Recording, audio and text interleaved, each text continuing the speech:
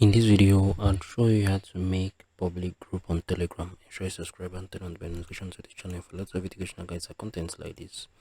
Now, I just created this group and this group. Most times, most of these groups, they are private group, right? And before you can join up, you'll be needing this unique invite link. So for us to make this group public, what we want to do right now, I'm going to click on this, right? You can see this group is private group type. So I'm going to click on this. I'm going to click on public.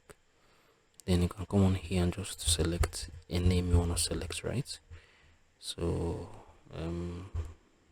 yeah, test you. So this is basically like just an example I'm doing, right? So I'm going to click on this.